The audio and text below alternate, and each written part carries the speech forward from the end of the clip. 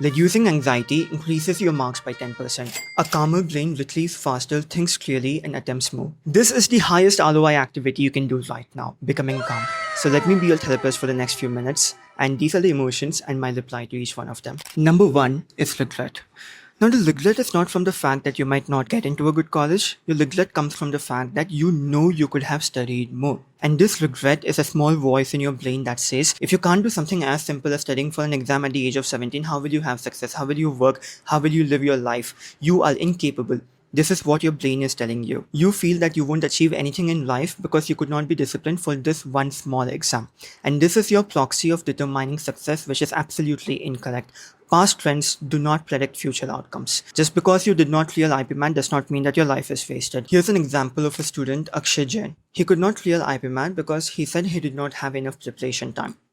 He went on to be the CA topper. Treat this as a learning outcome. You know exactly the things you did wrong in your IPMAT preparation journey. Do not make the same mistake again when you have to, say, prepare for a competition, prepare for a job interview, prepare for higher studies. I see so many students who did not clear IPMAT, but they credit their GMAT or CAT success to the foundations that they had during IPMAT. So no learning is ever wasted. Number two is fear. It is completely okay to be afraid. Courage is not the absence of fear. Courage is the presence of action in the face of fear. Fear stems from the fact that you put all these IIMs on a pedestal and internally you judge people who did not get into a good college according to you. And that is where the fear is coming, that you will be judged later by people like you in the future. अरे ये भैया ये दीदी उनका तो कुछ college अच्छा हुआ नहीं, ये IIM इंदौर इनका क्लियरली नहीं हुआ, और कोई IIM गए और कोई कॉलेज गए, and you're afraid of this judgment cast upon you. It hurts, doesn't it? That's why we do not judge colleges before we get an offer letter. But now recognize that you not getting into a top college does not put a full stop to your ability to gain success in life. There are multiple pathways to success and you have to make the best out of it. Just because you did not get into an IIM does not mean you cannot be more successful than someone who went to IIM and all. That is completely possible. I have a friend we prepared together in 2021. His name is Ayush Nagam. Now he missed out all of the IIMs by a couple of ranks. His best call was NASA. He went there and dominated. He had an amazing GMAT score and then he joined London Business School. Did he think his life is ruined because he did not get into IIM and all? Absolutely not. He made the best out of these circumstances and went to places where even IPM kids of IIM and all would love to join. Now there's one more friend. His name is Akash. He took a gap year to prepare for IPMAT. It didn't work out, unfortunately. He joined NFSU.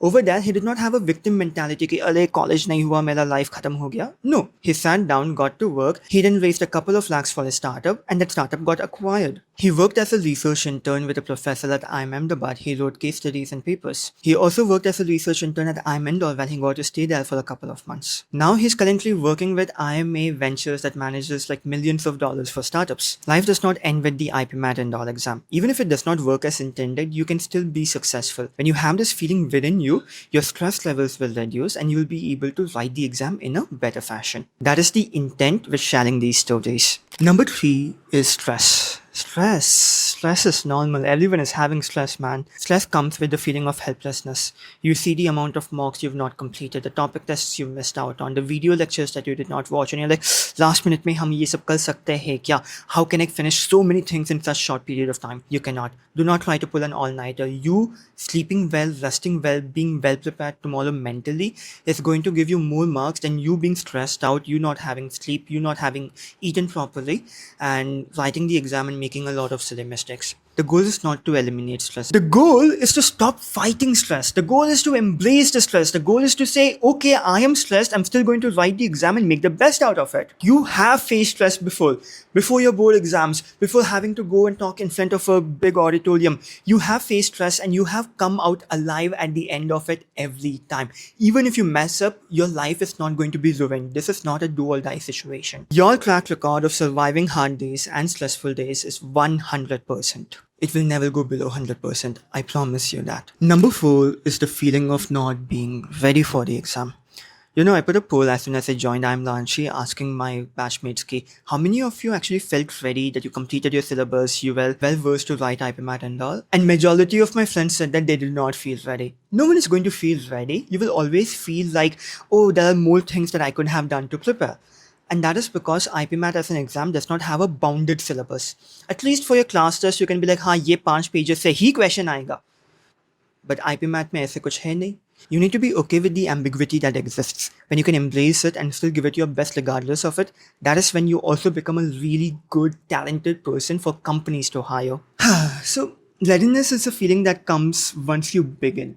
You cannot really feel ready before that. So, how do you deal with the palpitations, the feeling of throwing up, the feeling of uneasiness, the feeling of losing your appetite before this big exam? The feeling is never going to go away. You're going to live with it and you're going to embrace that even if I fail, I am not a failure in life. Even if I do not crack the exam, it does not mean I am stupid. Hell, I did not get into my dream college. I turned out just fine. And that is because you embrace the high agency attitude. And we'll be having a lot more videos after your exam gets over on how to make the best out of college, what to do if you join, say, a tier 2 or tier 3 college. Kitna hua hai, ho gaya hai, abhi give it your best. IPM is one small activity in the grand scheme of things. Don't worry. Number 5 is the feeling of guilt. The guilt eats you up. The guilt of having wasted your parents' money, the guilt of putting your time into something that did not yield you results, even though the IPMAT exam prep has taught you a lot of work ethic, has put you in a position where you're better prepared for CAT or GMAT later down the line. It has given you a lot of information about how you prepare and what are the things that you should not be doing. You only look at the final outcome of getting into a college. वो नहीं हुआ तो your brain thinks कि भाई last 6 months, last 12 months पूरा waste हो गया, कोई point नहीं हुआ, I ruined my life.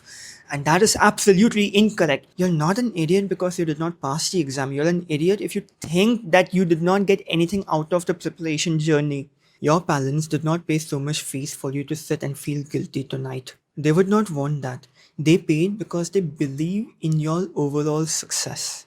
And success does not only come from IPMAT and all. Success can also come in a pathway where you join a T3 college, but you are engrossed in so many activities. You make a name for yourself, you cold email, you do outreach, you get into good internships. You also get very good percentile in, say, the CAT exam, or you're able to find a very good work opportunity and your salary increases to 17 to 20 LPA. And then later you switch to a company that is willing to fund your Europe MBA for 1 year.